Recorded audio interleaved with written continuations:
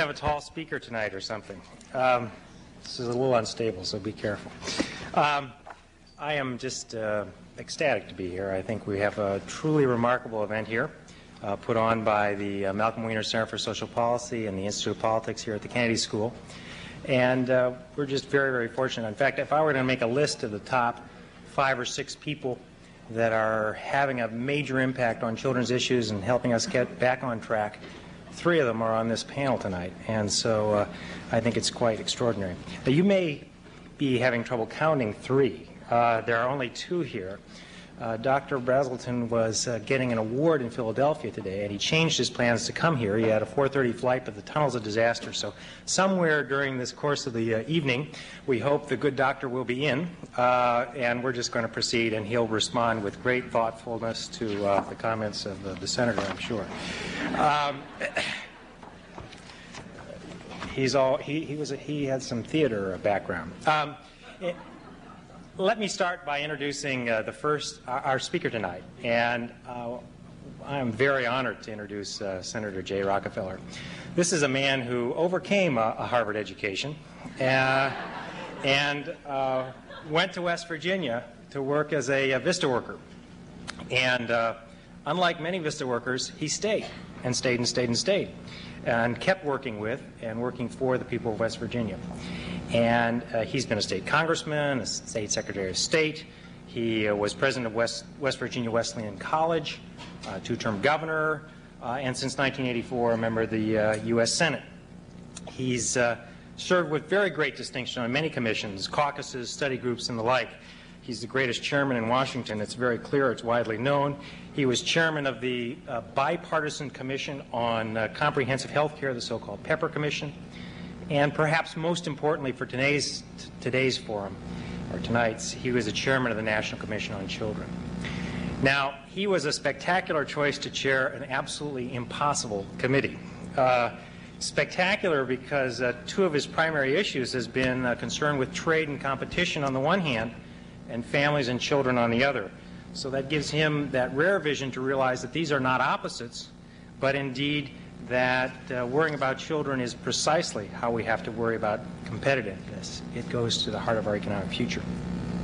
But I have to tell you, he needed every bit of that vision thing when he was made chair of a committee that should not have been able to agree on anything.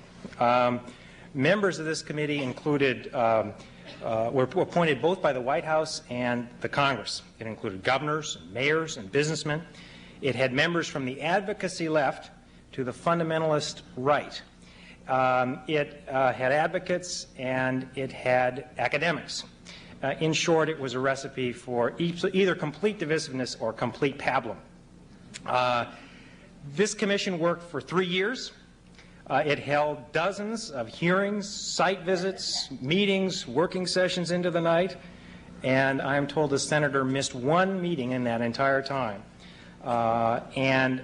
But much, much more importantly, this committee crafted a remarkable document. It was clear, it was concrete, it had innovative policy suggestions, it didn't duck the cost issues, and it's really transforming the discussion about children's policy in this country. And I now have a really renewed hope that we might be able to recapture our future by restoring the dreams and aspirations of children. And thus, it's with very great pleasure that I introduce Senator Jay Rockefeller from West Virginia.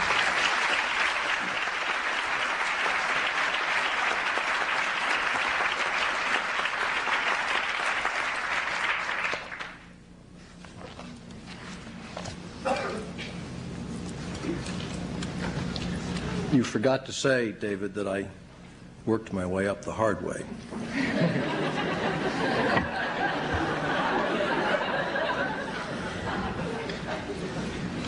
David misses on the details sometimes. He's great on the big picture. But interestingly, in fact, VISTA volunteers do stay for the most part, which is one of the reasons why the National Health Service Corps is so important, if we could only get it back. About 40% of physicians who go into inner cities or go into rural areas that are underserved and go there to practice medicine are caught up by their chance to do something, and they do stay. And it's true also with VISTA workers. It's why both programs are really incredibly important. David and Lee, and when Barry Brazelton comes in, I'll have something to say about him. I'm really very happy to be back here at Harvard. David did say that. And I was thinking in preparing for this of another reason that I'm very proud to be at my alma mater. Harvard has made a commitment that no student accepted by their admissions office will be forced to forego college because they can't afford it. That is needs-blind admission. If you meet Harvard standards, Harvard will get you through. And that, I suppose, is the American dream. If a child works hard, studies, plays by the rules, no door is closed.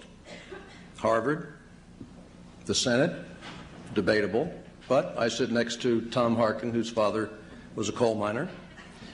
Business, the arts, medicine, this country was built by people born into modest circumstances who had the opportunity to pull themselves up and to reach the highest levels of creativity in our society. And it's the legend and the memory of these men and women that still in many ways drives this nation forward. The opportunities our nation gives our children now will determine the level to which we rise in the next century. But the commitment to opening those doors must come from every single part of our society. Harvard has only so many spaces. The University of Massachusetts doesn't have the funds to make the same promise.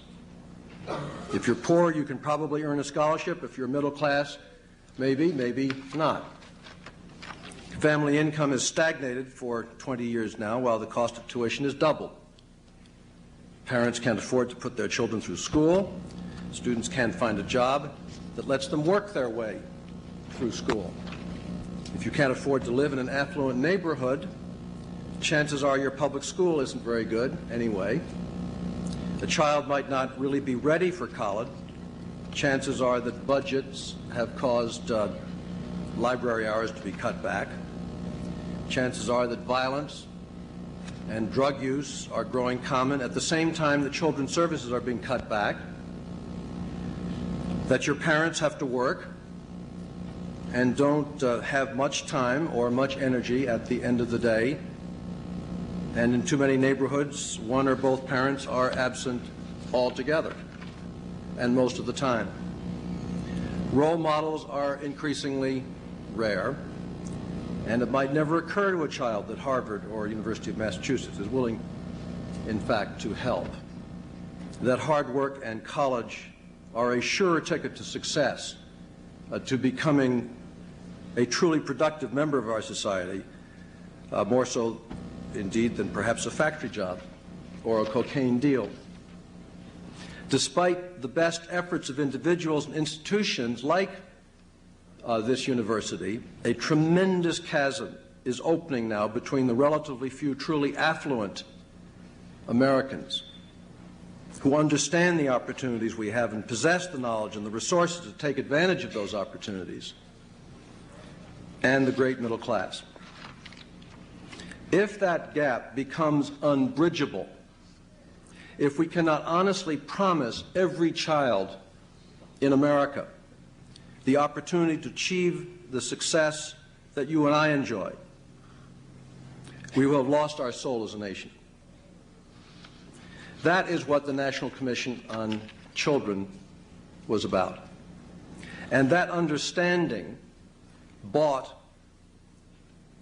34 commission members, wildly different in their beliefs, representing virtually every political regional faction in our country, brought them together to universally deliver a final report earlier this year, and a report of some use.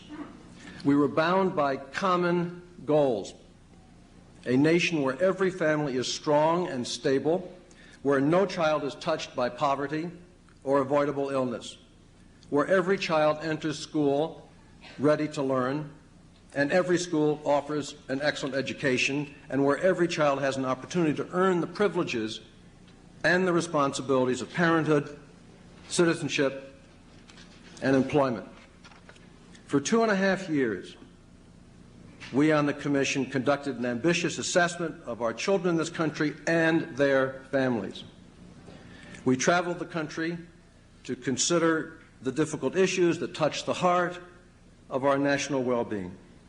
We consulted scholars and experts, and some of our Commission members were scholars and experts. But we also met with parents, and we met with children. Indeed, we polled them. We tried to see behind the statistics that are so widely studied and now increasingly reported in the press. We struggled through months of intensive deliberations to translate what we saw and what we heard into a bold and yet we hoped realistic program. We found that the best way to help children was to help their families. And the most effective way to help families was to provide social incentives and economic support that would ensure income security, improve health, education, social supports, and create a better moral climate for children. And although we recommended a variety of very detailed actions, both public and private, this evening I'm going to talk only about the one in which I believe the federal government can be most effective, and that is income security, making sure American families have the resources they need to raise their children. America needs to recognize that doing a good job of raising children is both socially desirable and very expensive. The Commission recommends policies that enable all families to be strong, stable, and self-sufficient, that do not separate rich from poor, but instead create the same positive incentive, expectations, and rewards for all.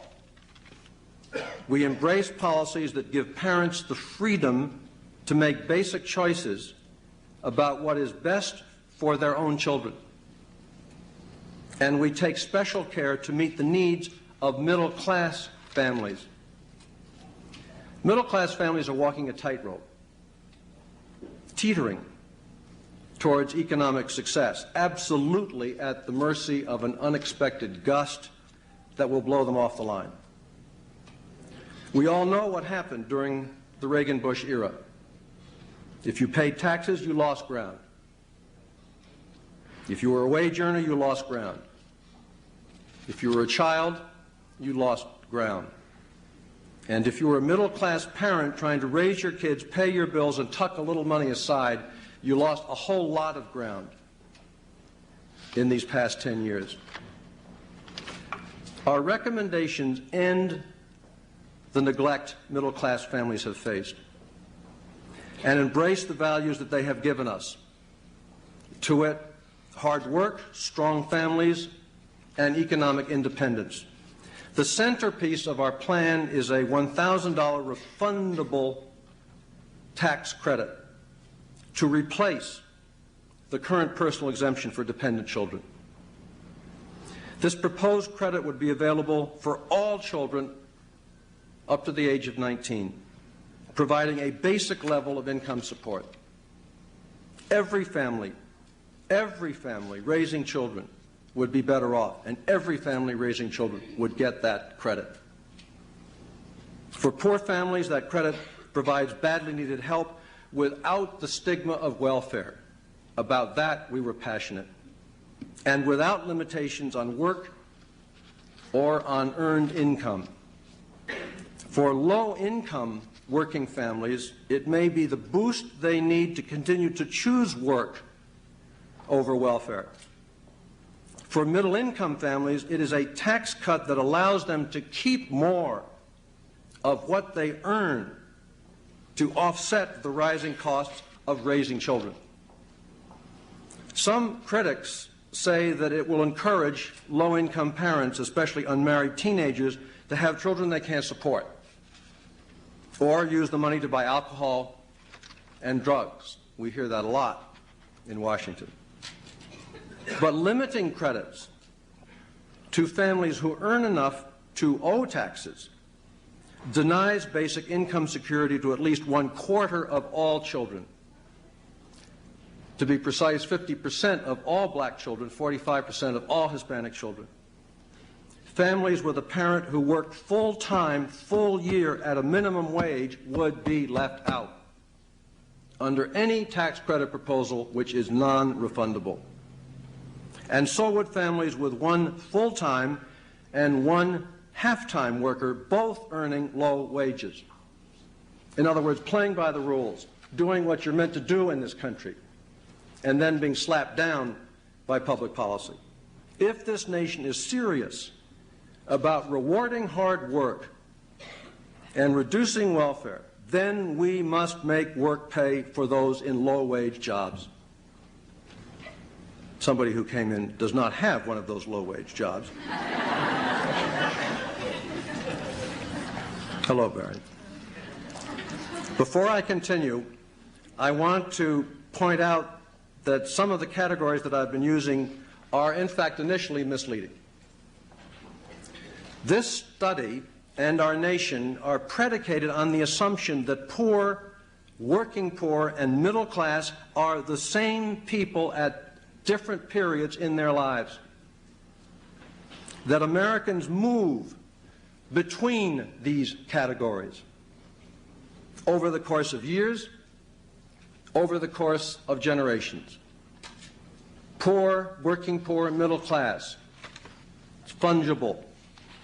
An important goal of these recommendations is to provide an economic ladder up, which the poor can climb their way out of poverty and move into the middle class. The simplest way to reduce the number of poor children would be to increase their families' welfare benefits. But we do not believe that anyone should be able to ride up that ladder on another person's back. Conversely, and very importantly, that ladder must reach down to the very bottom of the pile so that everyone, every single person, has a chance to grasp that bottom rung. Thus, the Children's Commission's recommendations invariably affect children at every point on the economic continuum, especially those families at the delicate fulcrum between poverty and the middle class. The second component of our income security plan is the earned income tax credit, which we wanted to invent, and we're furious that the Congress and the President did so before us, but we accepted that. It's a transition program meant to drive home the point that work is preferable to welfare. The Commission emphasized that the EITC must be easily available, widely publicized, to ensure that eligible families receive their entitlement. Third, one parent should not be expected to bear the burden of two. All parents have a moral responsibility to support their children, whether or not they live with them. Yet a third of all absent parents, mostly fathers, pay nothing at all. And many more pay only a fraction of the amount that they owe. Most children in single-parent families would be better off if their fathers were dead. Let me say that again. Under the current child support system, most children in single-parent families would be better off if their fathers were dead and they could qualify for survivor's insurance. It's a hell of a way to run a country. No single fact better underlines the absurdity of our current system. We recommend much tougher child support enforcement. Absent fathers have ridden free for too long. Tougher enforcement could recover, in fact, between $25 and $35 billion now owed to children. and it's time to collect all of it. We've brilliantly structured our system now so that if you're on AFDC and you're a single parent and the spouse is gone, and the spouse in fact does decide to pay some child support, does the family get that support? No. The federal government gets it. Family gets $50. And so with the inspired help of David Ellwood, who is incredibly important in our commission's evolution, we met with him 3 different times, and he was with us always. The Children's Commission proposed an innovative child support assurance program where we know that the father, where we know that he exists and we know where he is, but he cannot meet his obligations. We propose a government-insured benefit for his children, which is a new idea whose time has come. Fourth, parents who are willing and able to work sometimes need a helping hand. We have to have a social safety net that keeps people from falling off the precipice. That was a major argument in the Commission, and one that I was determined not to lose. There are not always jobs available. The Family Support Act, the Welfare Reform Act, talks constantly about training people for jobs. If you're a mother and you have a child 3 years or less, then you're exempt, but otherwise you go get training and you go get work and you have all kinds of things expected of you, and that's nice. And sometimes in parts of southern West Virginia you can do all those things, and there are no jobs. And in a lot of other places too. And so you don't say, if somebody goes by those rules and do what they're meant to do under the Family Support Act, that if they can't make it, they then drop off and there's nothing for them. You don't do that in America. You want people to keep from falling off that precipice. We need job training, we need child care, we need continued health insurance benefits and other provisions that the Family Support Act gives. A single blow, a single shot of bad luck should not end a family's climb into the middle class. Welfare must once again become the transitional program that in fact it was intended to be from the beginning, helping families through periods of severe economic hardship rather than supporting them indefinitely and inadequately. Our plan would roughly double the $7,200 an average welfare mother gets through food stamps and AFDC if she takes a minimum wage job. Families who work hard and play by the rules will no longer lose out. And in fact, if you take our entire income security package, the overwhelming majority of families in poverty are lifted out of poverty. Not if you just take the refundable tax credit, not if you just take the minimum assured benefit, not if you just take EITC, not if you just take minimum wage. If you put those things together, you will lift virtually all American families out of poverty. That is a stunningly exciting moral commitment for America to make. Is an adequate family income enough to ensure that every American child will grow up healthy and well educated and be constructive and all of those good things? No, of course it isn't. Everything else has to be there too, social support, all kinds of programs. Good parents help. But the income security thing has to be there. You can do all the rest, and if it's not there, it won't work. You're beaten down.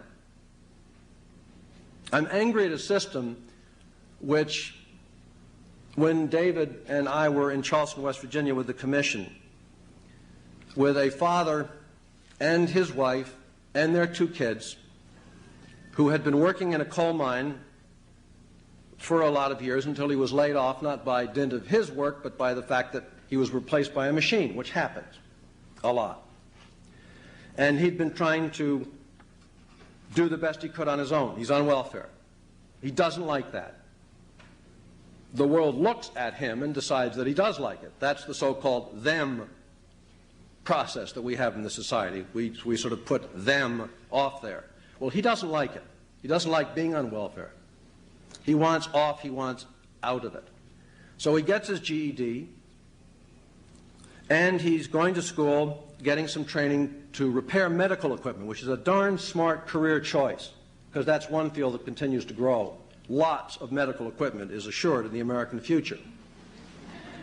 And, by the way, because he wants some extra money to help for clothes and for other things, he's got a job on the side, off the books, cash. And he and I, he terrified, are about to go on ABC Good Morning America at 7 o'clock in the morning. And just before the red light on top of the camera comes on, he leans over to me and he says, "Remember, Jay, don't tell him I work." And I say to myself, my God, how we construct social policy in this country. If the man is found to be working, he's off. Medicaid, health benefits, it's gone. So we play this game. I'm tired of games. We've got to make our system work.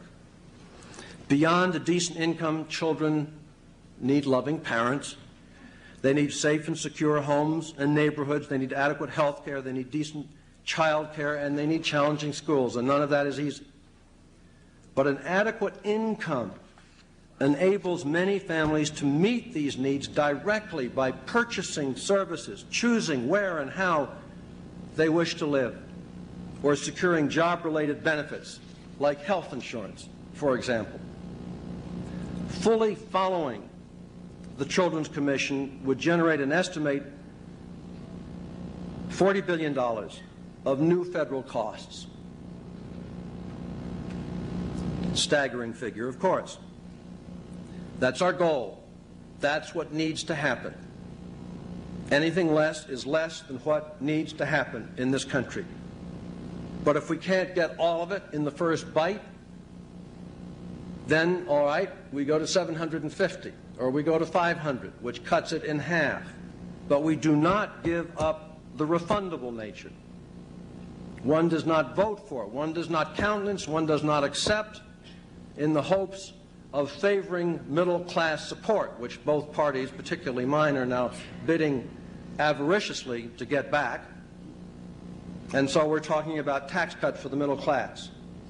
But the problem is, of course, lots of people are talking about tax cuts that don't affect them. And you call that just a tax credit.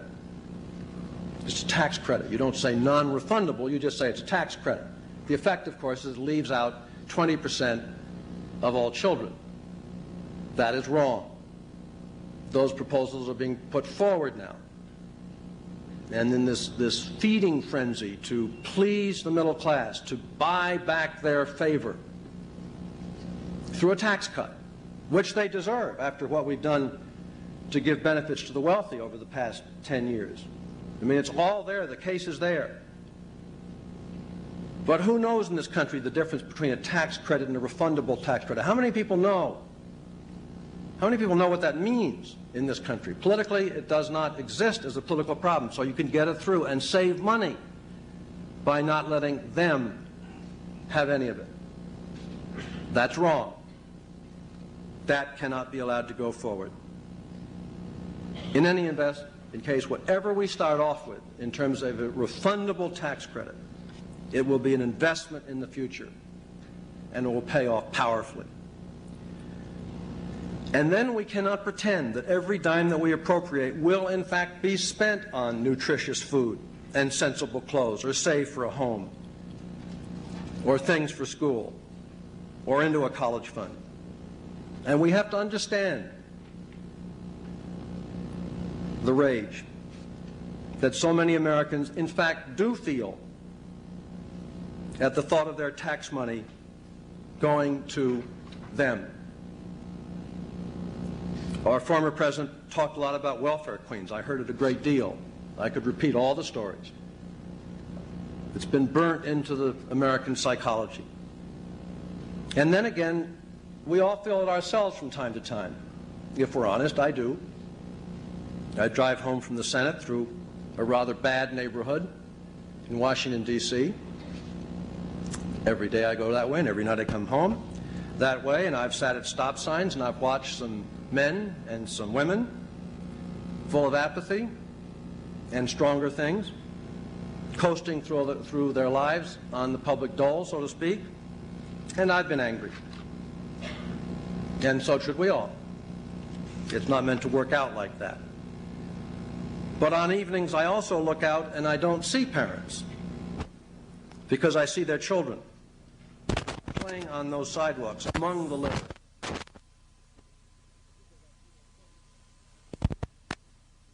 Tremendous potential.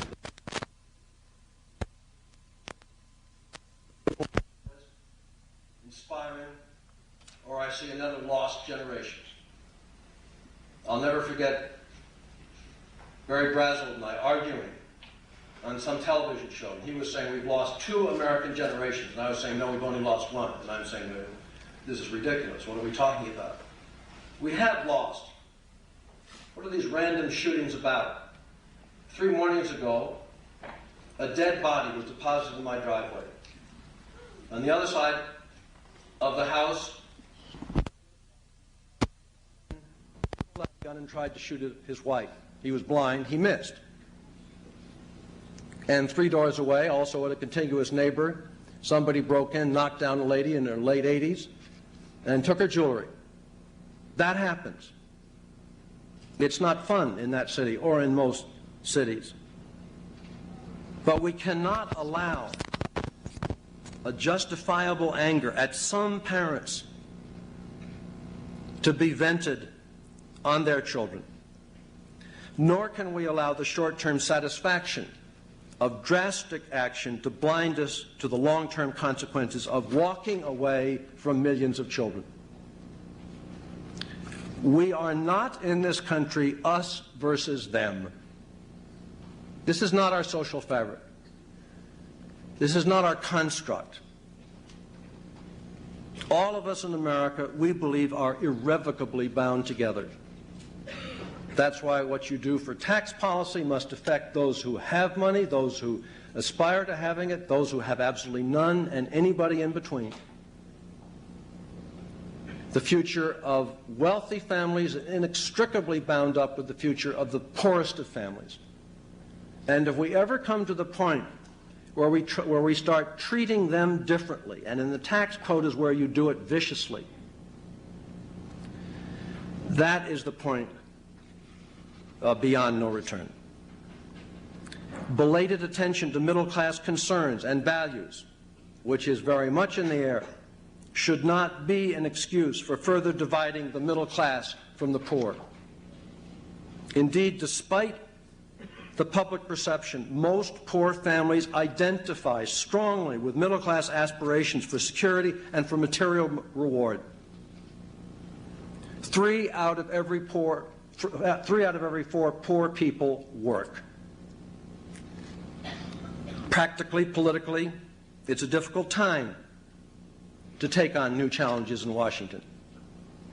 I'm sure many of you in this room have felt the frustration of watching a commission report or a legislative blueprint come out nicely bound, shiny, glossy, smells good, looks good, reads well, and then is abandoned once the fanfare of the press conference is passed. And we've had our press conferences. But I, for some reason, am confident that this will not happen to our report, the National Commission on Children. In contrast to many progressive programs, ours is firmly rooted in very traditional American values. And we made an interesting decision, Dr. Brazelton, on our commission, did we not, in deciding to have a chapter on values. Liberals didn't want that. The right wing wanted it so badly, it was terrifying. But I decided that we had to have one because government had never done that before. And if you have a $280 to $300 billion budget deficit, and if the country is generally askew and all in competition for whatever light there is at the end of the tunnel, people have to feel some commonality. And what, in fact, does hold us together is our values. And they're very powerful. And liberal Democrats or progressive Republicans or conservative Democrats or right-wing Republicans should not be afraid to talk about them and to write about them and to use them as the grease with which to skid ideas that count and help people into law. Our recommendations, for example, honor work unabashedly, and they are aimed squarely at encouraging individual responsibility. We talk about it endlessly. And enabling families to earn a decent living and escape poverty. We don't try to sell an easy answer, that a single bill or a single action will turn our nation around. We accept America as it is.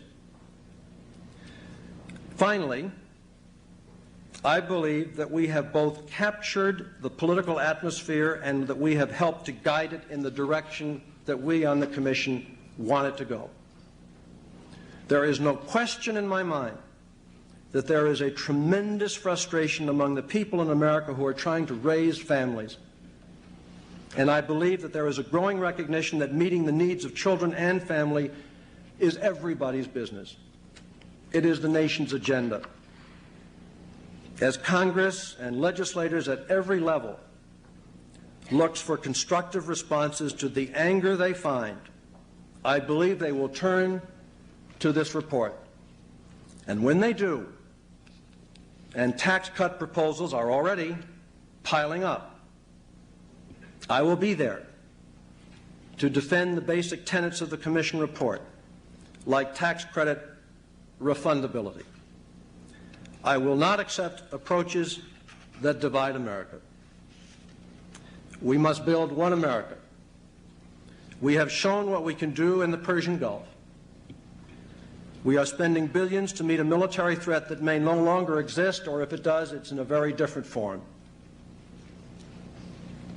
Billions more to bail out the bad investments of S&Ls across the country. We think nothing of doing $500 billion for that.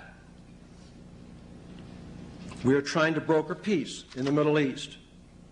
I honestly believe that we possess the political will and the economic resources to take care of our children.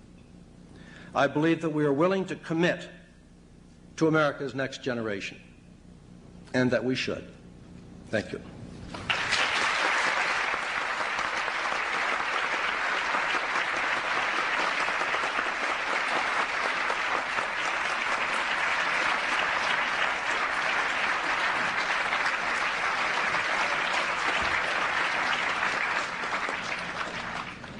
Thank you very much. The little people of America have a very big champion, and I'm just very excited. I can't help but make one comment about values and how the conservatives on the Commission fought so hard for the values.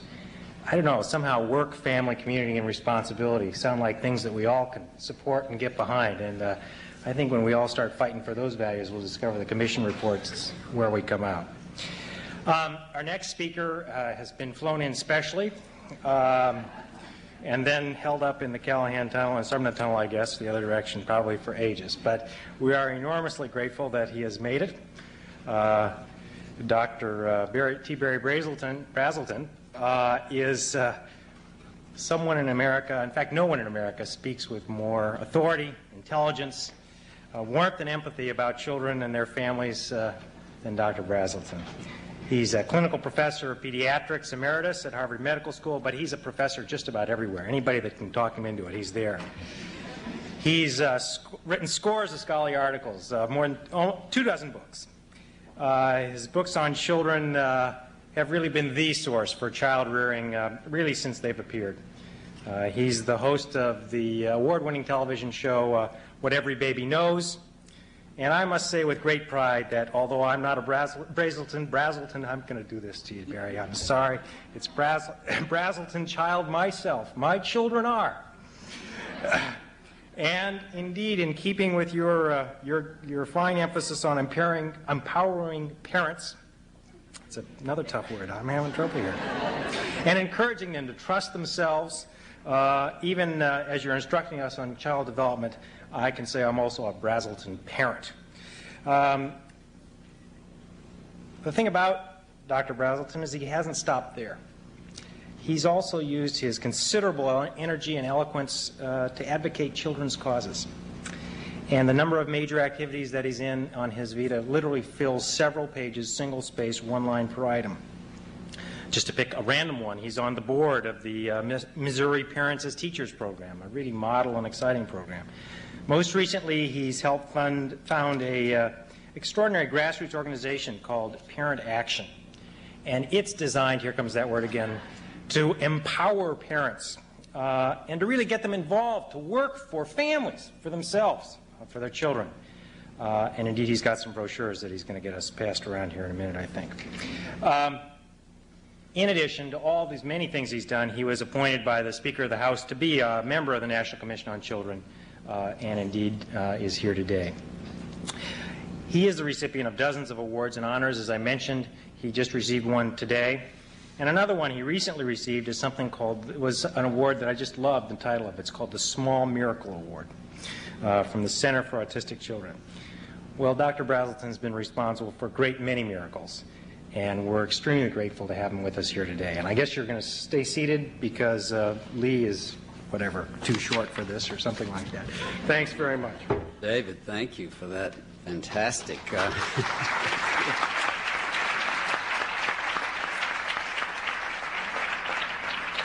awfully glad my wife and son are here to hear it, as a matter of fact, because they don't quite approve of all of my peregrinations.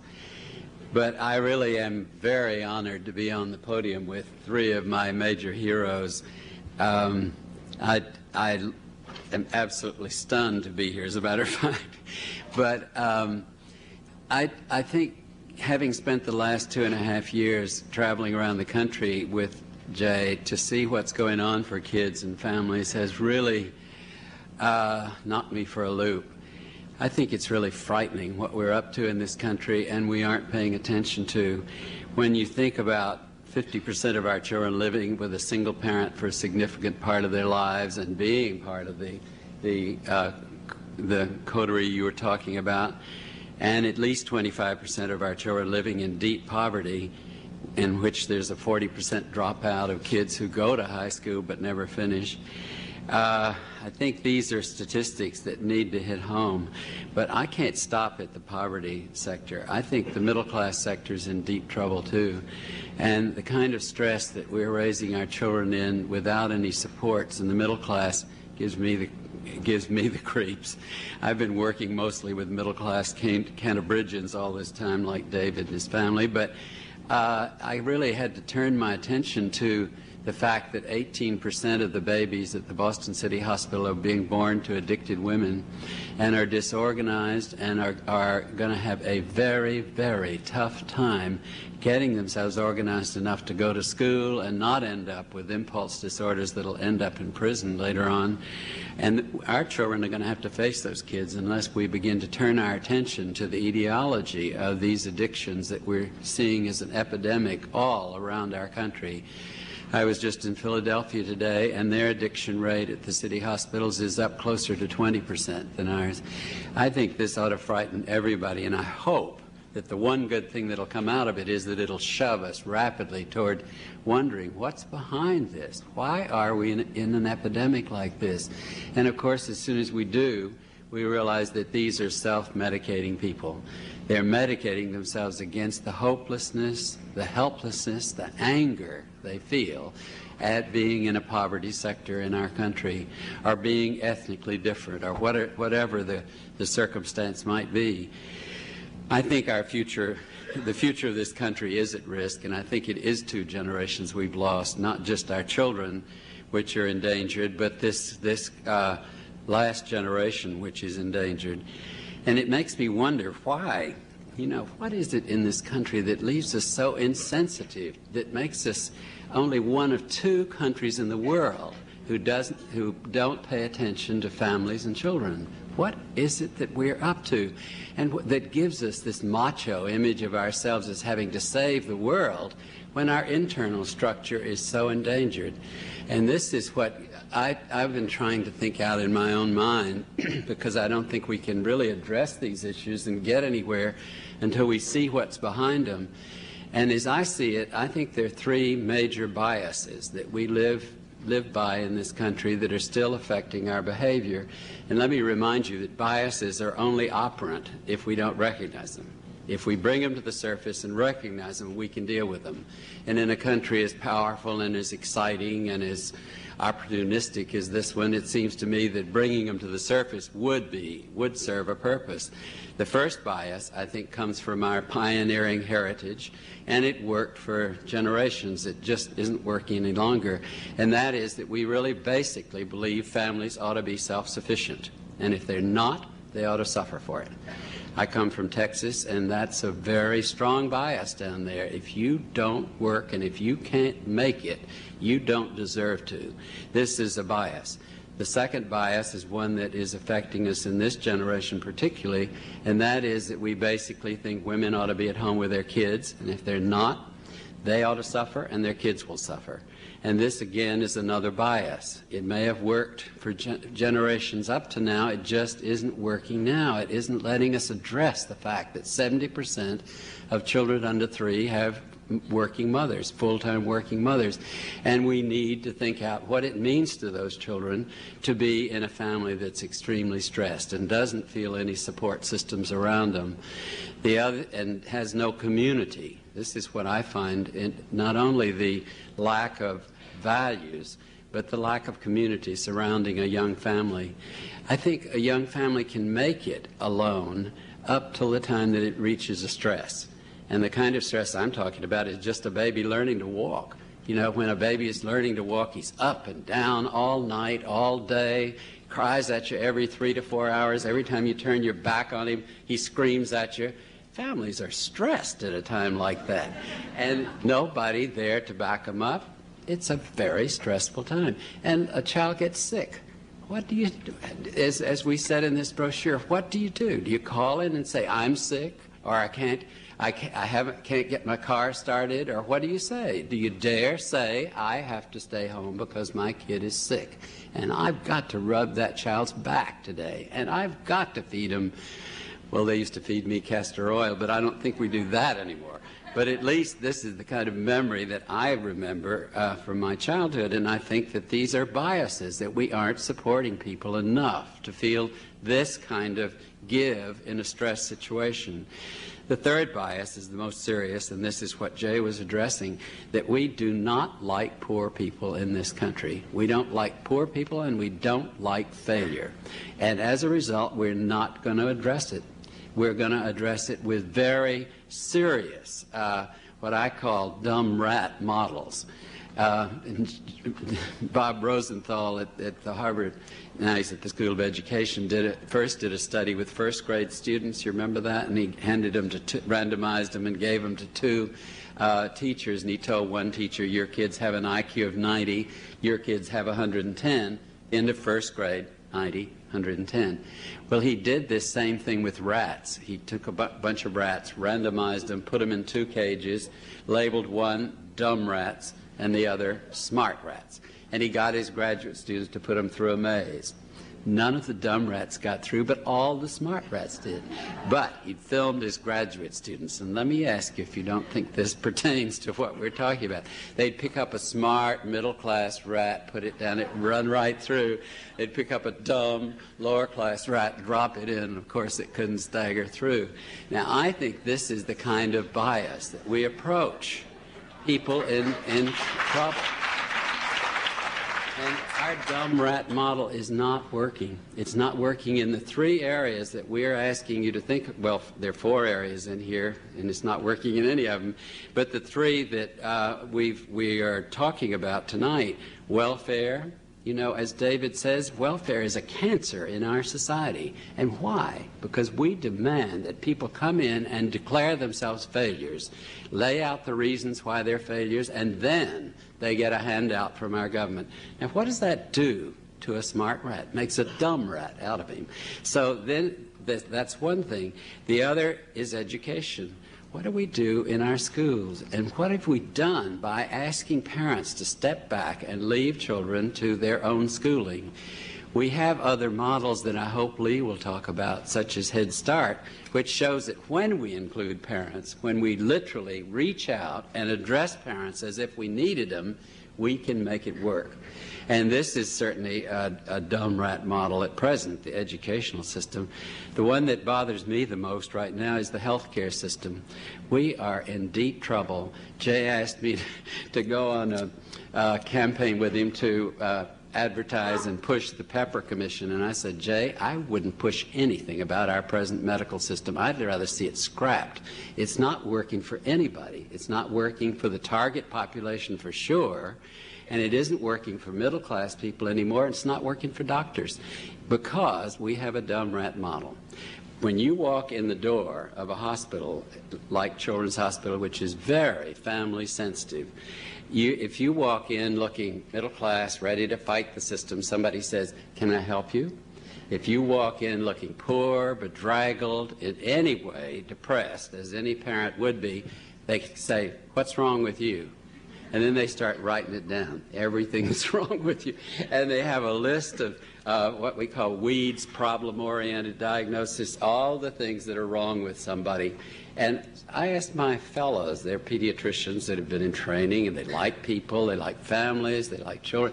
I said, okay, let's match every one of these failures that this family has with the positives. How do they cope with one child, with 4 children in the ghetto, and she's a single parent with no support systems, and she has only one child that's failing to thrive? The other 3 are doing okay. How does she do it? And they say, well, I don't know. Well, go back and ask her. Well, she couldn't tell me because she would go ask her.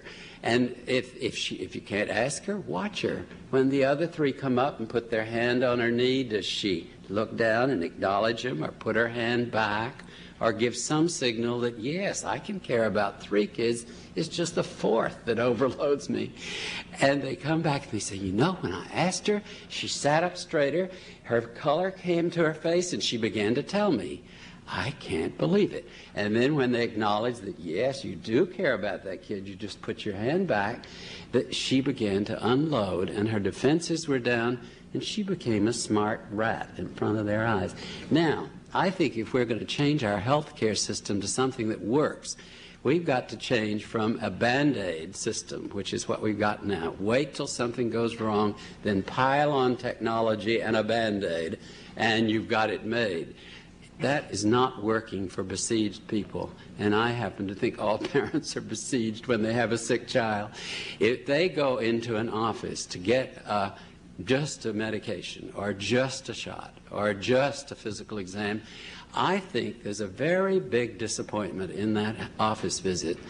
I won't join this thrust for immunizations right now, because I think all people are going to get is immunizations. And if a besieged parent walks into a doctor's office and just gets a shot, sees her child get traumatized, and she gets traumatized in the process, don't you think she's going to go home not only disappointed but angry? And she's going to do just what we see happening right now. Most besieged people are using the medical emergency rooms in our hospitals for primary care. And it's costing us 4 times as much to provide that kind of primary care. It's not working. We'd better start changing. Now, the other side of that is that we do know what to do. Lee's book is absolutely, to me, the revelation of the century, because it says we aren't at a loss about what to do about all this. We do know what to do, and we can do it. We just have to turn our minds to it.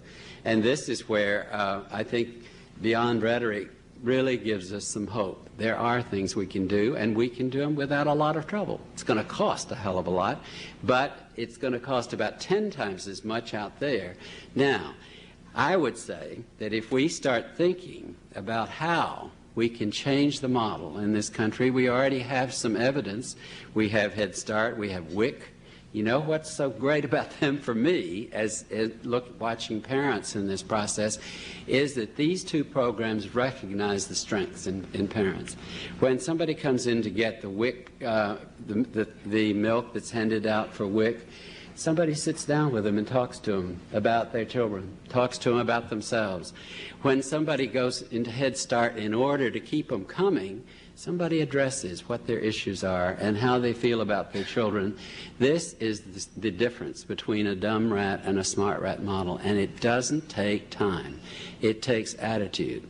It does not take more time to sit down with a patient in your office that you have 15 minutes with and talk to them about the child development issues or their own issues or whatever than it does to weigh, measure, listen to their heart of a screaming baby, try to hold that child down, finally give them a shot and let them walk out. But I think these models are going to take thinking on all of our parts. They're going to take overcoming these three very deep-seated biases, and they're going to take participation by all of us.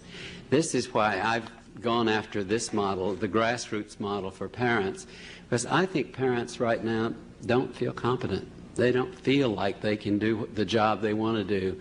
When I go around the country, which I do somewhere every week to talk to parents, I get 1,500, usually mostly middle-class parents in the audience, and they're hungry, just hungry for information. But it's not just information they're after, it's a pat on the back or confirmation that somewhere they're doing the right thing. And once you give it to them, I can't get out of the hall. They grab me by the tie, the belt. Two ladies in Baltimore got down and grabbed my shoelaces the other night, and they said, "We're not letting you go till you answer our question." Well, at first I thought, "Ooh, this is sick." And then I began to say, this is energy. This is energy out there to salvage this next generation. And in order to do that, I think we've got to start thinking parents and families and the cement that's right there available to us to cement these families together. We've been going around the country this year with my television show, looking at different ethnic groups, different layers of society, different parts of the country for values. Because I am convinced, as Jay is, that values are the most... Parents feel we've lost them. No parent I know wants to raise children for the values that we as a nation stand for any longer. War, aggression, money, power. What parent wants to hand that on to their kids? So as a result, they feel they don't have values to hand on. As we've gone around the country and talked to people and peeled off their layers of defenses by looking at their children and commenting on how that child approaches a task or how they show evidence of caring for their kids, the layers drop back, and very quickly parents tell us, I do have values, and the ones that I have go back to my ethnicity or my religion or my family system or something like that. We can get back there. We just all have to work at it together. And I think if we do, we can make it. I'd like to finish with an anecdote that I love to tell because it sort of represents what I think we ought to be thinking about in this country, and we certainly can do it. I was making a film with Selma Freiberg and Klaus and Kennel and the Robertsons called Right from the Start. And they gave me the newborn baby part to do because that's my thing. And so they said, would I show what newborn babies could do? So I was wheeling this baby down the hall of the Beth Israel over in Boston, and hadn't met the mother before, but I was trying to make a relationship with her quick before we got in front of the camera. And so I was listening. That's the way you make relationships. And she said to me, I think my baby sees. And I said, oh? And she said, every time he looks at the light on his crib, he stares at it like he was really seeing it. Yeah, I said, yeah, I think 2-day-old babies see too. So that's all we said to each other. And then we got in front of the camera, and she was sitting down here, and I had her baby up in my hands. I was playing with him, and I gave him my red ball, and he followed it back and forth and up and down. And then I put my face in front of him, and he started following my face, except this time he had a very mobile face as he followed me. And she said at that point, my God, he sees already. And I said, yeah, but you just told me you knew he saw. And she said, but I mean important things. And I said, like what? And she pointed to her own face and blushed. Then we played a game I love to play. If you put a baby's head here and his bottom here and talk to him, he'll always turn to your voice and look for your face, look for where your voice is coming from. And if I put a mother over here, a female over here, and I'm over here, any newborn worth his salt will choose the female voice. So it's an absolutely sure thing. So I hold his head. I was holding this baby's head here, and we both started talking. Of course, he turned to her voice, and of course, he looked in her face. And at that point, of course, she grabbed him and said, "You know me already." Absolutely predictable. Well, the next thing was not predictable, at least not by me. I got this 2-day-old baby alert, and as I got him up like this, his eyes and his mouth came open, and I went, and he went. I don't even believe this. So I shook him and got him alert again, and this time I went, and he went, and she said, "My God, he knows more than I do already." And I said, "Yeah, what's that going to mean to you?" And she said on national TV, she said, "It means I'm going to treat him like a him instead of an it." And that's where the action is for all of us, I think. Thank you.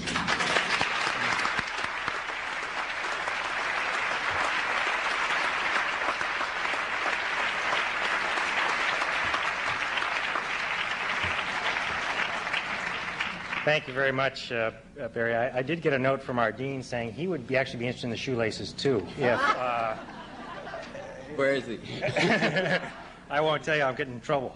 Our last commentator is Elizabeth Shore, and she is currently a lecturer in social medicine here at Harvard, which once again is our way of trying to claim some of her wisdom and glory. And like our other speakers, she's been on numerous commissions and boards, including the board of the Foundation for Child Development. She's on the steering committee on the Forum on the Future of Children and Their Families, the National Academy of Sciences. Indeed, way back in the 1960s, she directed the health activities, the Community Action Program, during the first 2 years of the Office of Economic Opportunity. And right now, her most proud achievement is that she's a member of our board at the Malcolm Weiner Center for Social Policy. Maybe not. Maybe her most important recent achievement is her book, Within Our Reach, Breaking the Cycle of Disadvantage. And as Barry's already mentioned, it offers a real practical vision of how we can help our children. It's received several awards, including the Best Book from the World Hunger Media Awards. And Business Week wrote of it, with luck, Elizabeth Shore's book will set the tone for the 1990s.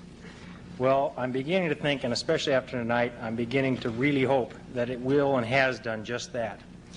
And indeed, with the hard work of Lee and the other people here, I think that maybe her next book can go from being within our reach to the next one will be in our grasp. And finally, it will be the autobiography, How We Broke the Cycle of the Disadvantage. So with that, Lee Shore. That's good.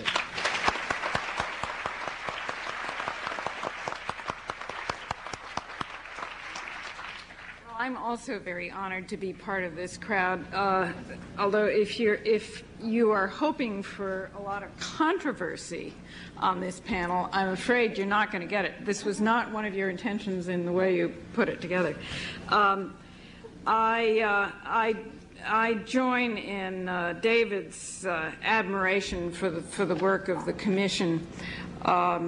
The Commission has just put out a summary, may I take that? A summary volume of its report. The original one, the full one, is very hard to hold up. And I know are you now getting out a video with Barry acting out the entire report? I think that should be the next thing that you're going to do. But it really is an extraordinary report. You got some sense of the depth and breadth of it from hearing the senator speak. And I must say, the fact that they managed to get unanimity around most of their recommendations is so extraordinary. I testified before the Commission, and I would have bet anybody a lot of money that there was no way you could get those 32 people to come out behind any recommendation. And they did so, which I think indicates not only that they had an extremely talented chairman who was very adept at negotiating with people who were very different from one another. I think it also indicates that we are coming together in this country on understanding how important it is that we start investing in our children in a way that we simply have not contemplated before. I think the Commission's report is also very important in that the agenda it proposes does not ask us to choose between helping middle-class children and helping poor kids. It does not ask us to choose between an income support strategy, an economic strategy, and a services strategy. Now, I know, speaking here at the Kennedy School, where one of the specialties of the Kennedy School is to not only provide the methodology for making hard choices, but it teaches the need for hard choices. I don't know whether I'm on safe ground in emphasizing how important it is that the Commission did not recommend choosing between a variety of strategies, but showed how interactive the economic strategies and the service strategies are with one another, and how, in fact, a big role for government, a big role for social policy is compatible with the values that we prize in this country. On the question of whether it is indeed possible to help both the poor and the middle class, I thought Senator Rockefeller was rather discreet in how he talked about current legislative developments when he talked about the refundability of the tax credit being a key issue. It certainly is, and it is the refundability of the tax credit is not in all of the proposed legislation. And the fact that we are being asked to support a piece of legislation that would leave out the poorest 20% of children, of whom, which includes 50% of Black and Hispanic children, I think is absolutely unacceptable. It makes one wonder whether, in fact, there are some Democrats that are so scared of being associated with the poor that they're not just hiding the poor in middle class, in a package that is universal. They are hiding the poor so far that they are totally being left out. And I think the Senator's emphasis on the importance of the refundability of the tax credit is absolutely crucial. I think that on the question of to what extent one follows the notion of universality versus a certain amount of targeting is one that that good people can disagree on. But the fact that we have to do both services and that we have to follow both the services and an economic strategy is one that the Commission recognized. It's absolutely clear that if people are going to be helped out of poverty in this country, if we are going to be able to break the cycle of disadvantage, that it is absurd to argue whether poor children need good schools more or less than whether their families need decent incomes. It is impossible to think about achieving what we need to achieve in this country in terms of educating every kid to become a potentially productive member of our workforce unless schools not only get reformed and restructured and properly financed, but it is also going to be impossible for the schools to do their job if they can't tap into a service and support system that will mean that the non-academic needs of the kids whose families are not able to give them all the support that they need will in fact be met, and that families will be supported in providing providing the kind of help and support that these kids need. I think the Commission recommendations are also important because they really give this country a new opportunity to show that it's possible for us to mobilize our resources to respond effectively to urgent social problems.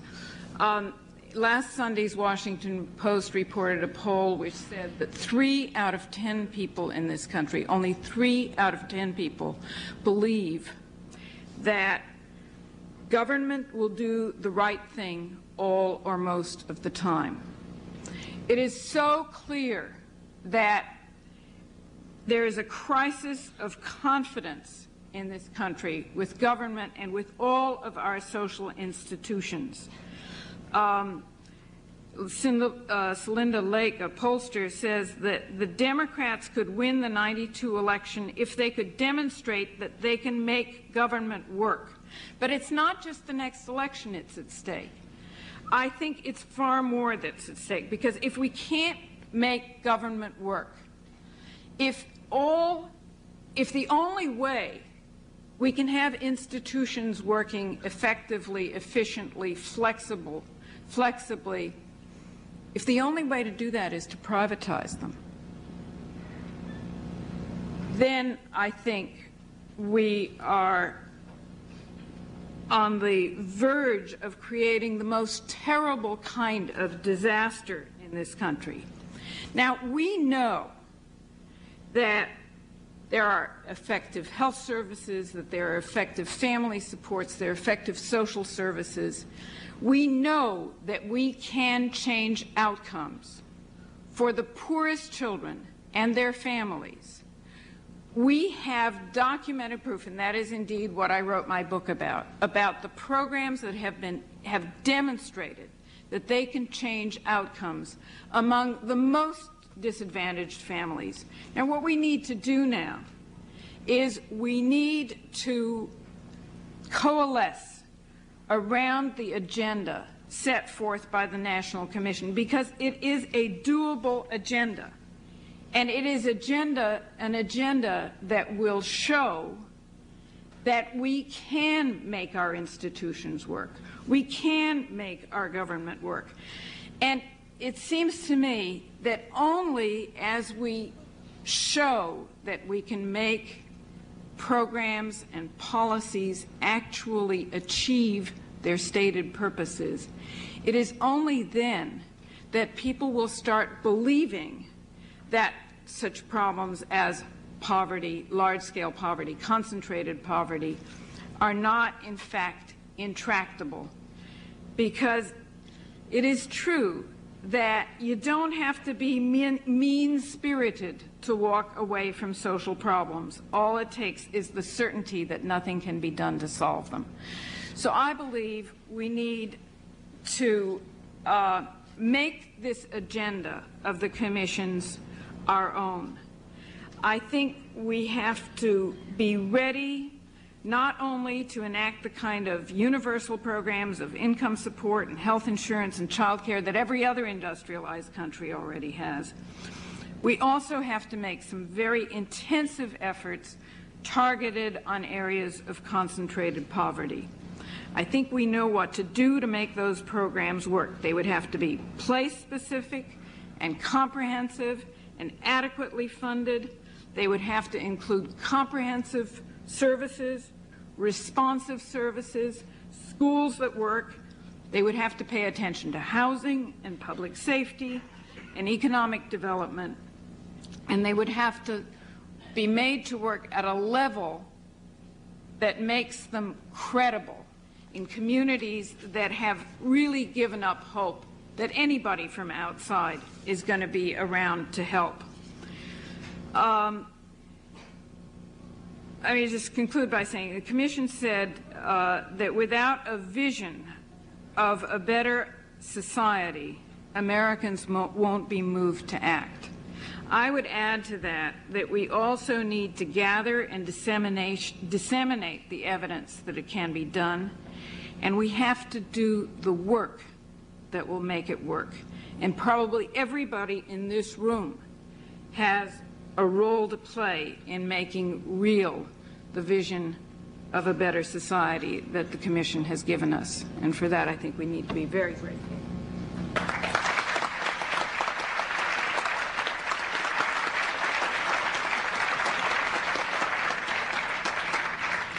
Well, I thank all the panel members very much. We have time for just one or two questions, and time is very short, and actually I think it's a measure of just how extraordinary all three of our speakers were, that this audience has sat more or less wrapped for an hour and a half.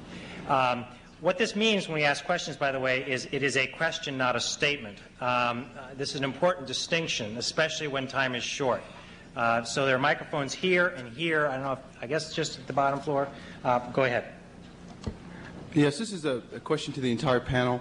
I'm very pleased with some of the work that you've already done, but I was a little disappointed that you didn't really address corporate America and what there are people here from the business school. What can we, as future leaders of the country in the corporate world, do to further this effort, as well as what are you doing with the people in current corporate America to help further this issue? Because I think corporate America certainly should be a part of the solution to the problem.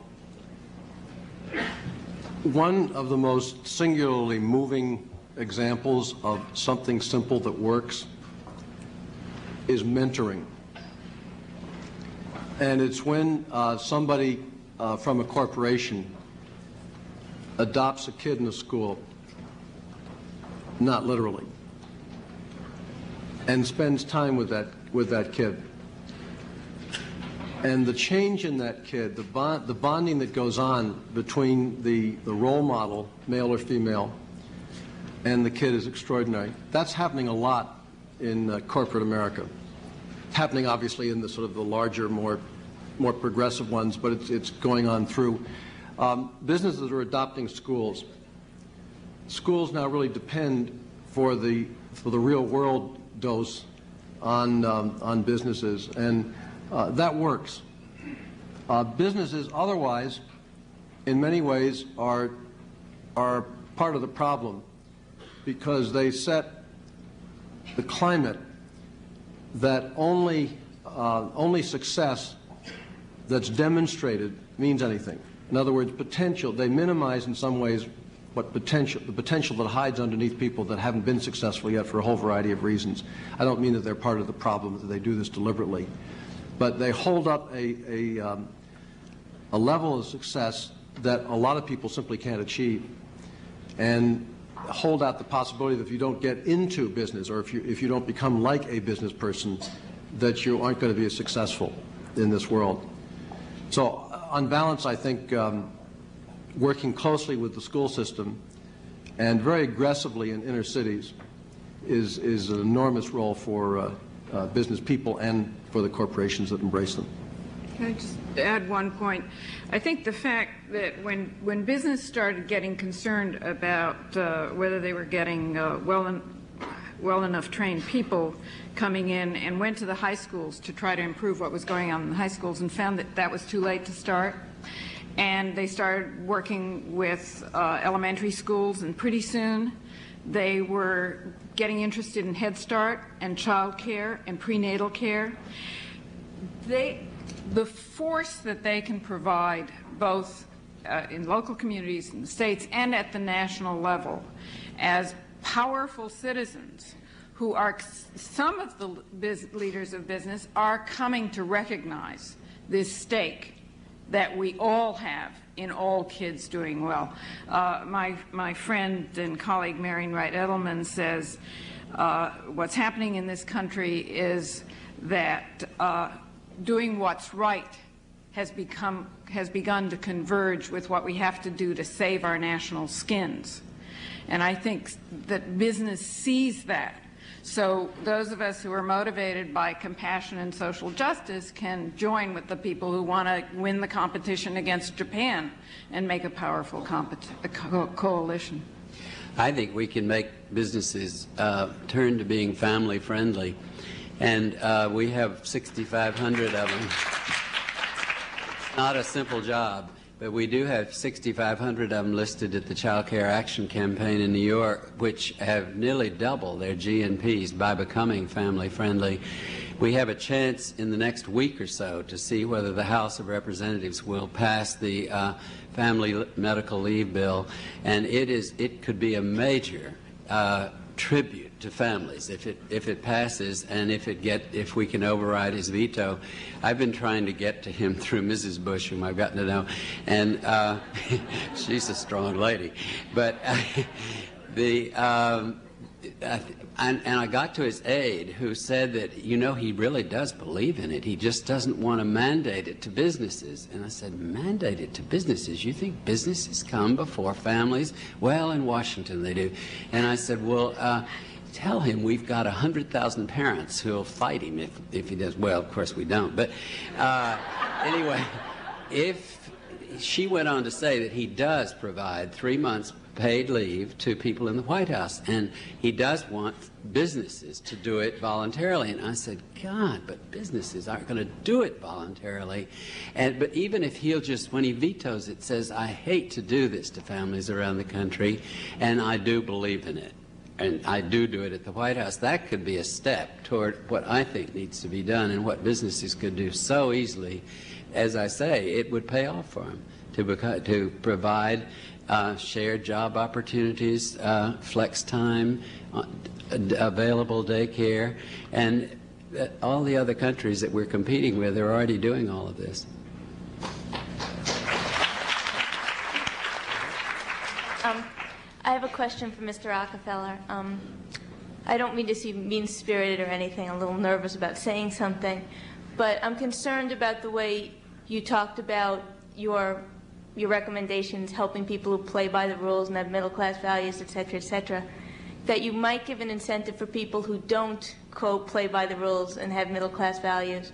Because what you said is that, if I understand you correctly, you would lift all people who have children out of poverty, and I'm wondering if that wouldn't encourage people to have children when they're not really ready to do it.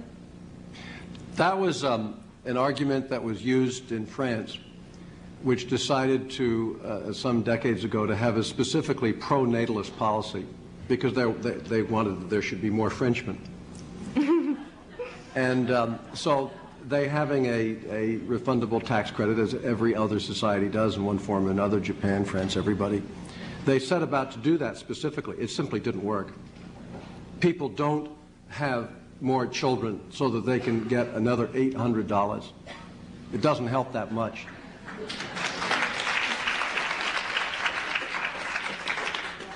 This would be for any member of the panel, but it seems like there are more families in America that would like to have one parent work at home than are presently able to do so with the economic situation that we have. To what extent do you think government policies have contributed to this, or did the committee have any recommendations that would encourage one of the parents to work at home, either through relaxing some of the labor laws or things like that, to encourage parents being at home when their children come home from school?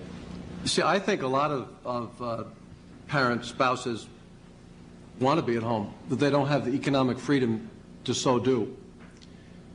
And among the overwhelming majority of women who now work, as well as men, there are some who do so because they want to, but a lot of them do so because they can't make ends meet without that happening.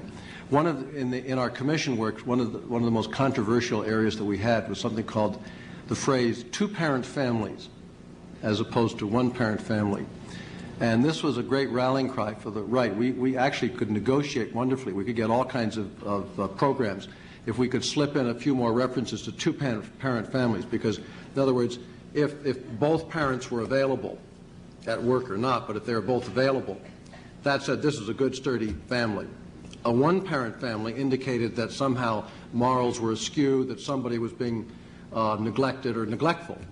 And one would raise the question of, well, what about, those that lost their lives in the Persian Gulf?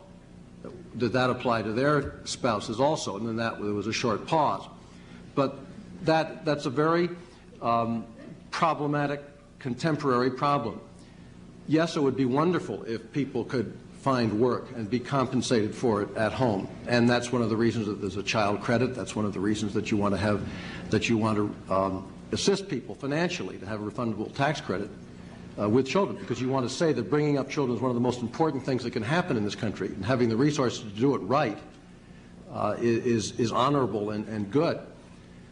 But you can't, life just isn't that easy for too many people. They just can't be at home. That's why daycare is so important, and childcare. You can't say daycare anymore. Childcare is so important. Just a lot of families can't work it out so that a parent can be at home, simply because there is only one parent, and that parent has to be working. It arrives home absolutely exhausted. My experience is limited, but on the other hand, what I hear in the families that I work with here is that most women are going back to work too soon. And this is what I think bothers them almost more than going back to work. And too soon can mean anything, but I think for most of us it means leaving somebody else and leaving a baby in somebody else's care, are going back to work because of benefits, and they're so frightened of losing their benefits that they're willing to go back long before they might otherwise because of financial stress or whatever. That's more a middle-class problem than it is a poor problem. But I think the problem in the poverty sector is having to leave your kids with people you don't trust. 50% of women in the poor sector are having to leave kids with people they not only don't trust, but they think might molest their children. And having watched this happen, the kind of grief work that goes on with parents who have to leave a child too soon or with somebody they don't trust, I think grieving demands that you pull away from that child because it hurts so much. And that means that they're detaching from within the family already for reasons that we could mitigate. And I think this is the most serious thing that I see about the whole situation of pressure on women to get back into the workforce. Okay, then 2 more questions. Yes. Senator Rockefeller, I like what I've heard about the work of the Commission, and I especially like some of the guiding principles that all children, we should be concerned about the welfare of all children. And the question I would like to, and as well as strengthening the family, so the question I'd like to ask you about is the fact that 10% of children in America are gay, lesbian, or bisexual.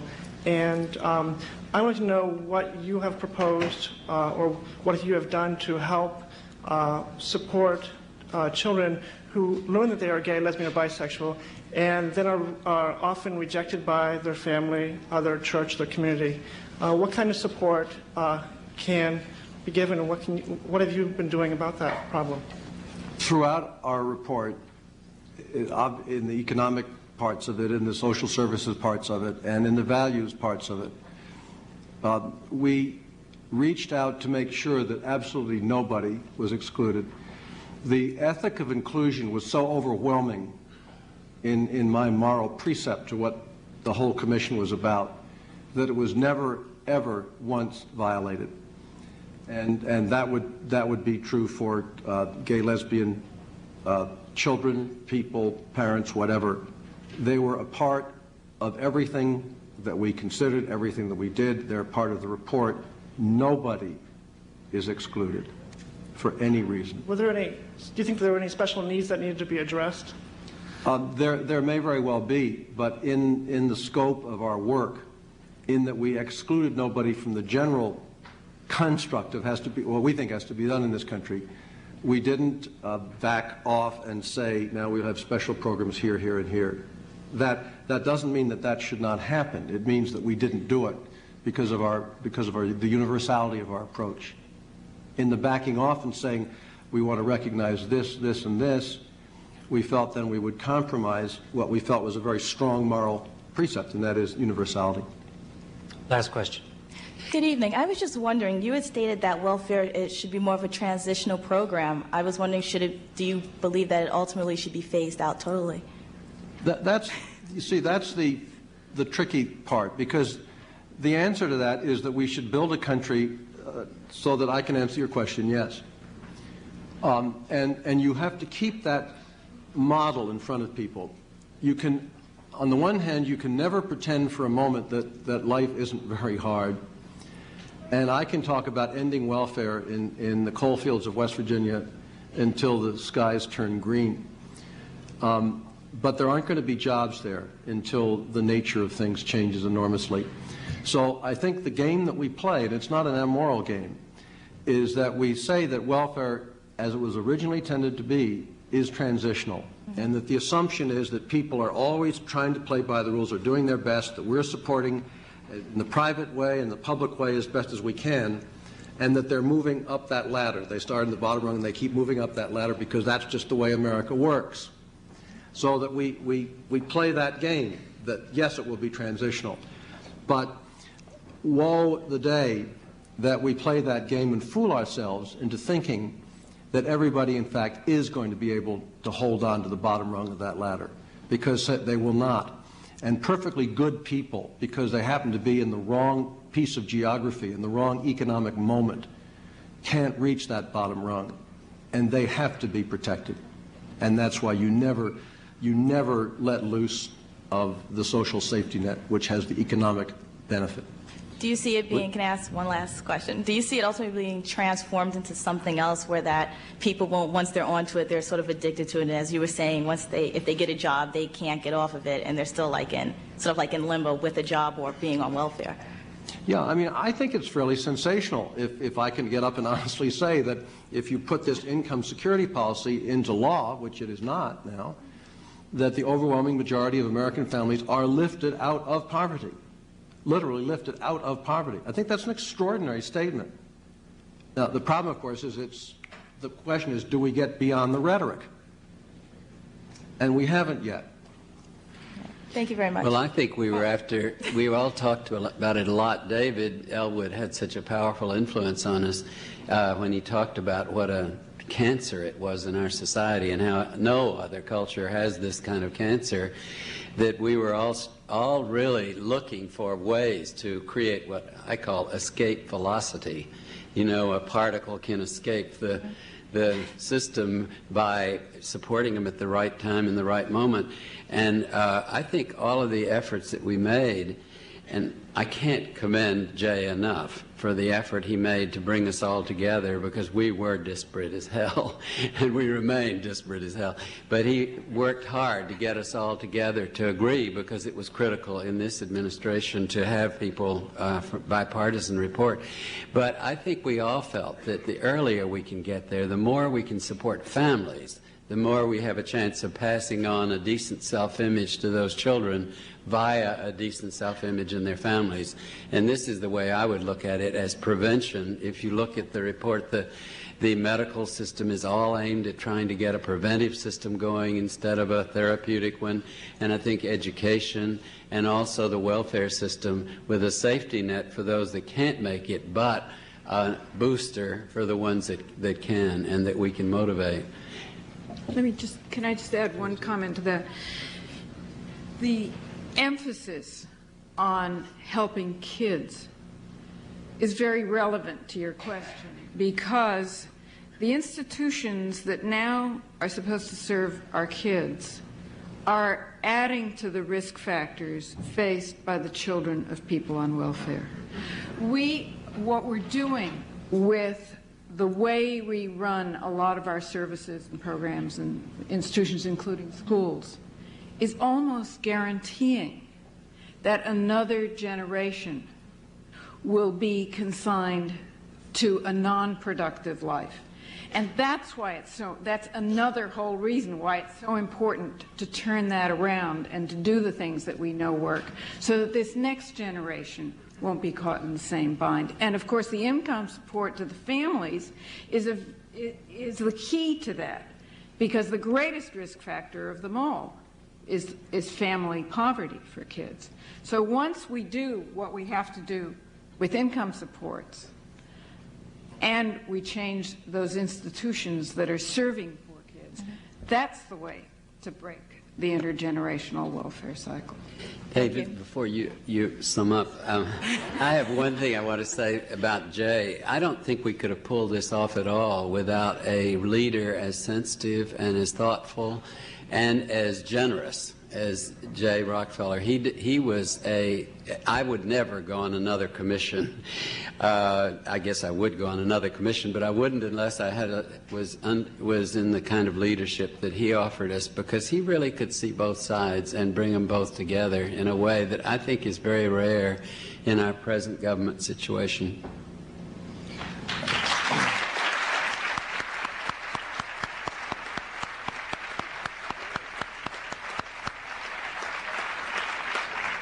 I promised Senator Rockefeller the last word, so I'll give it to him, but I'll take the second to last, which is just to remind you of one thing.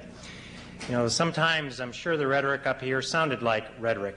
At times it sounded like the liberal prescriptions. We talked about money, talked about other things, and I would just remind you, this report was unanimous. This group of extremely diverse, heterogeneous, probably more representative of every element of our society, or almost, could agree unanimously on ways to help our children.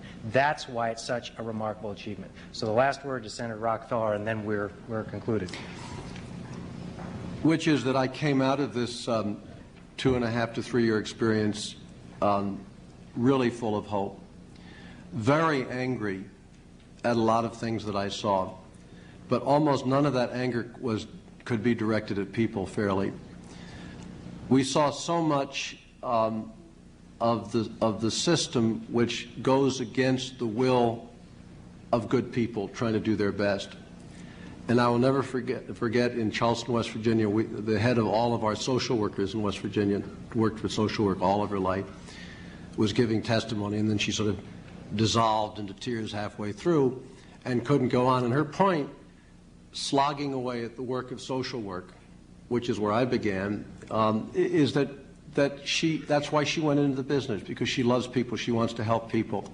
And that the paperwork, the bureaucracy, the endless requests of distant government bodies asking her questions that she can't answer. And she says she can't see her clients anymore. She doesn't get out to see the people.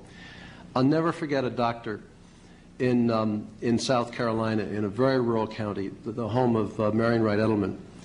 And he was the only OBGYN in the county who would take Medicaid babies and deliver Medicaid babies of Medicaid mothers. And he came before us, and he was haunting. He was about 32, 33 years old, wonderful, aging literally before our eyes. And he described, the misery of working every day, of women not keeping appointments, of doing his best to try to get somebody to come practice with him, but he couldn't ever get them to do it, because if the physician was willing to, the spouse didn't want to, and there he was, just sort of totally by himself, courageous, wonderful, doing his work. And I went up to him afterwards, and I'd chaired the Pepper Commission for 2 years, which is all about health care. And I said, there's some things that we've suggested in the Pepper Commission that I think can really help. And he said, do any of them relate to government? And I said, yes, some of them do, in fact. We're going to get rid of the entire Medicaid program, which we think is an abomination, and replace it with a public program which is much better and reimburses providers at a much better rate and treats people differently. And he said, I don't want to have any part of it then. Because he said, I just don't believe in the government. If the government's behind it, it's got to be wrong. Which, as a government person, makes me feel more, again, like a VISTA worker than I have. Just a feeling that people want to do what's right, that we place barriers in their way which destroys families and generations, but that does not have to be. We can change the laws, we can break the silly rules, and we can, as conservative Republicans love to say, we can empower people, the phrase which I'm now comfortable with, to rise to their ability. And I believe that. I believe there's an unending capacity for good in human beings. And in America particularly, people want our system to work. They want their kids to do well. They're willing to work.